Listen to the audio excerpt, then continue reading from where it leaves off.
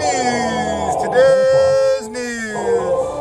This is CBS News on the Hour, presented by Indeed.com. I'm Steve Kathan. There's breaking news about an apparent deal to free 5 Iranian Americans who've been imprisoned in Iran.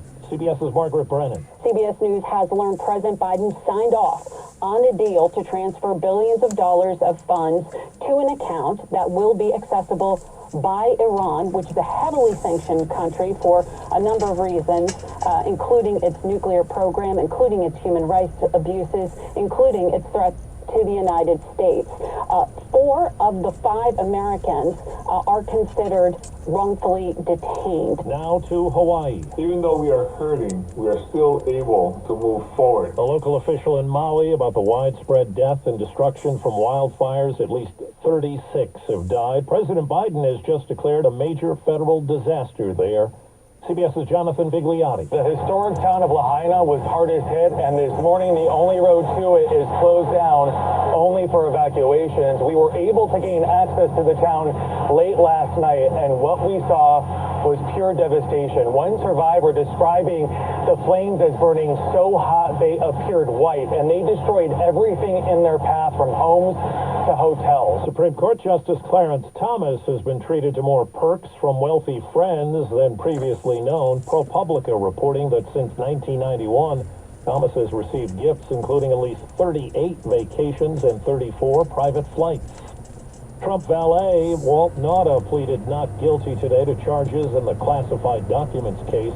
Another man, Carlos de Oliveira, a Mar-a-Lago worker, was not arraigned. CBS's Christian Benavides says he doesn't have a local lawyer. There are questions about whether or not all of this is just part of a legal tactic. Ultimately, I did ask John Irving, who is Mr. De Oliveira's D.C.-based attorney, if he had any comments about whether or not they had obtained local counsel. He told me that they're only going to comment once his client is, quote-unquote, acquitted. New government numbers show inflation inched back up a bit last month, ending a string of recent declines.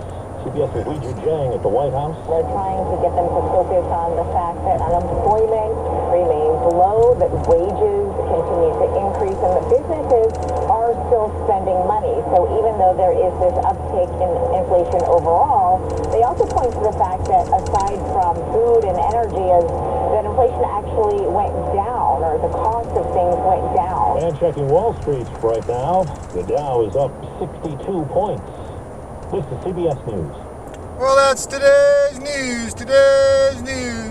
I didn't hear any good news, did you? I didn't think so. I guess it's all about perspective. The glass is half full. Well, as always, I'd like to thank you again for coming along with me on these Dashcam News adventures. You know the drill. Peace, love, and all that hippie jazz. Bye-bye, everybody.